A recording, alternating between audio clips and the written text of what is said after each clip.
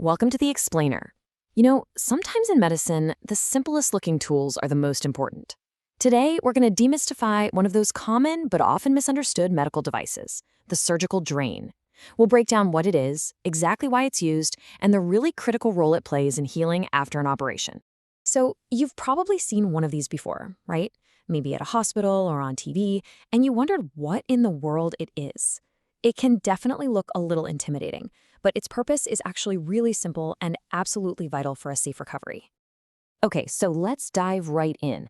The easiest way to get your head around a surgical drain is to think of it like this. It's a temporary plumbing system for your body, installed exactly where it's needed most after a surgery. Now, to get a little more specific, the official definition describes it as a tube that's put in place to create a pathway for any unwanted fluid or air to get out of the body. This is so important because it prevents a buildup that could cause a lot of pain, pressure, and even serious complications like an infection. And what kind of fluid are we talking about here? Well, it really depends on the type of surgery. It could be anything from blood to pus from an infection, or other very specific bodily fluids like bile from the liver or lymph fluid from your immune system that just shouldn't be collecting where they don't belong. So this brings up a really crucial point. Why would a surgeon decide to use one? I mean, it's not an automatic thing for every single operation. It's actually a very careful decision where the surgeon has to weigh the benefits of getting that fluid out against the tiny risk of infection that comes with putting any foreign object into the body. In fact, that whole decision process usually boils down to one or more of four primary reasons, or what doctors call indications, for placing a surgical drain. And what's so great about this is how it lays out the entire spectrum of care. A drain can be therapeutic, meaning it's actively treating something, like removing a collection of pus called an abscess. It can be prophylactic, which just means it's put there to prevent fluid from building up in the first place. And finally, it can be used for diagnosis and monitoring, which is like giving the medical team a window into the healing process and an early warning if something is wrong, like a serious bleed. Okay, so we know why they're used, but how do they actually work? Well, the way they function can be broken down into two key classifications that really determine how they get the job done. The first big difference is active versus passive. Active drains work like a tiny vacuum cleaner, using suction to literally pull fluid out. Passive drains are much simpler. They just rely on things like gravity and natural body pressure to let the fluid flow out all on its own.